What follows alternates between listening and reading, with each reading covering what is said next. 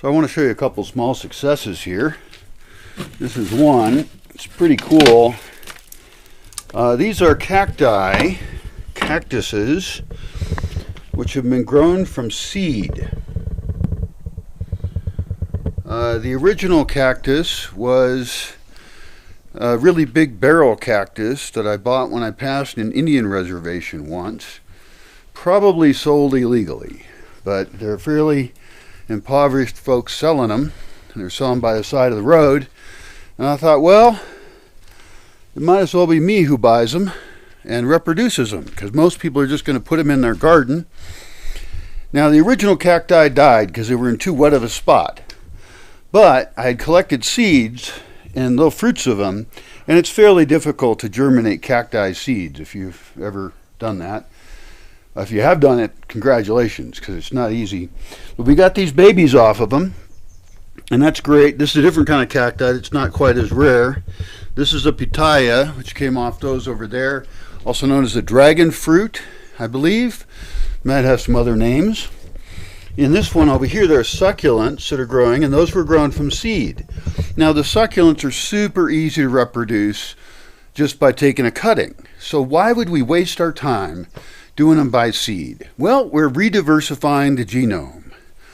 We're taking the genetic clones that exist everywhere of this plant, and we're raising them from seeds so that we get more genetic diversity, and that makes the plant stronger within the environment.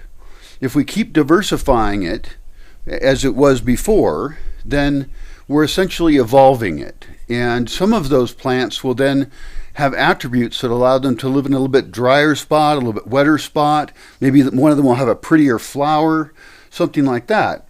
And so I'm not, by training a scientist, but I know enough about science and genetics to understand that we shouldn't have everything be clones of everything. We want genetic diversity to exist. These are more of the pitayas that we've grown, or maybe it's some other cacti. This one actually might be an epiphytic cactus. I can't remember. But we've got other cacti in here in pots, and these are horribly taken care of. I've killed some with lack of care, but others find their place to thrive. I've got ones over here, like this one's flowering right now. Isn't that a pretty flower? That's really nice. And there's another flower going to come right over here. And this is pretty healthy. We should break this piece off of here and then put it somewhere else. Some pieces have actually fallen off of this deck. So I've got some cacti.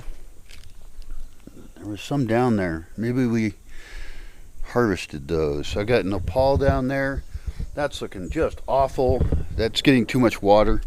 Right there. Here's a pitaya. This one's producing a dragon fruit on it right now because it's up against this rock wall. It really likes this spot because every single microclimate really matters.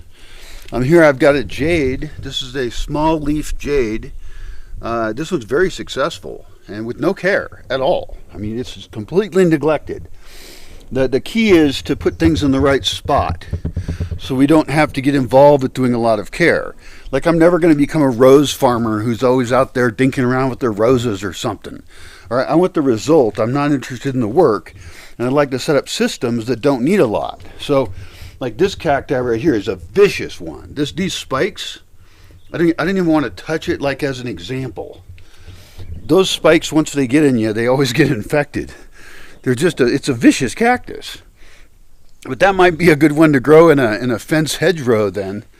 And I want to build a desert. I want to have microclimates that are warmer, hotter, cooler, wetter, drier, every single thing you can think up. And I've got, what is this plant over here? I don't even know. This one should be obvious what it is, but I don't know. So somebody else will know. I don't really care. Plants don't know their own names, so I'm not really that bothered by my own ignorance as long as I have success. And the real success isn't in doing it the hard way. It's in discovering the easy way to do it. Oh, look at this. We're making some progress over here.